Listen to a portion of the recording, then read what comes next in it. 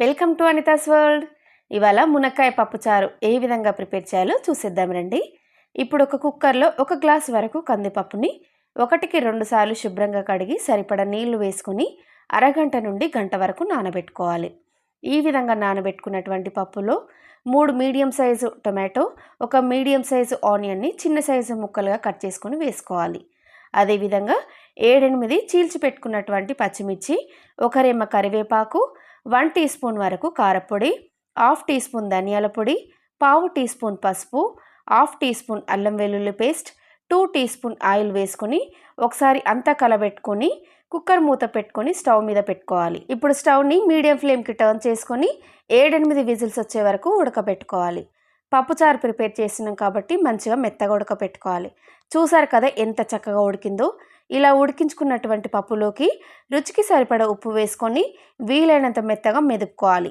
ఇలా మెదుపుకున్నటువంటి పప్పులోకి నిమ్మకాయ సైజ్ అంత చింతపండు నుండి తీసిన చింతపండు రసం యాడ్ చేసుకొని పప్పుచారు కన్సిస్టెన్సీకి తగ్గ వాటర్ యాడ్ చేసుకొని పక్కన పెట్టేసుకుందాం. పప్పుచారు కన్సిస్టెన్సీ అనేది కొంతమంది చిక్కగా తినడానికి ఇష్టపడతారు, కొంతమంది పల్చగా తినడానికి ఇష్టపడతారు. కాబట్టి కన్సిస్టెన్సీ అనేది మీ యొక్క చాయిస్ పైనే ఆధారపడి ఉంటుంది.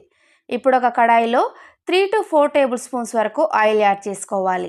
ఆయిల్ బాగా వేడిన తర్వాత చెక్కు తీసి చిన్న ముక్కలుగా కట్ చేసి పక్కన పెట్టుకున్నటువంటి మునక్కాయలు వేసి ఫ్రై చేసుకోవాలి.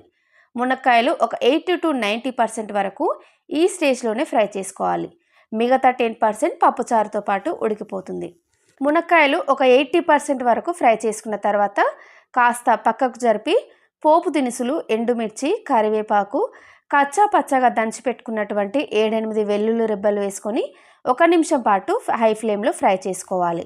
చివరగా ఉడికించి మెదిపి పక్కన పెట్టుకున్నటువంటి పప్పుచారు వేసుకొని ఒక 10 నుండి 15 నిమిషాల పాటు మీడియం ఫ్లేమ్లోనే బాగా మసలనివ్వాలి. చూసారు కదా, ఈ విధంగా మసల పెట్టుకోవాలి. అంతే, మన టేస్టీ మునక్కాయ పప్పుచారు రెడీ అయిపోయినట్లే. ఈ వీడియో కనుక మీకు నచ్చినట్లయితే లైక్ చేయండి, షేర్ చేయండి. మరిన్ని వీడియోస్ కోసం మన ఛానల్కి సబ్స్క్రైబ్ చేసుకోండి. Thank you for watching. Bye.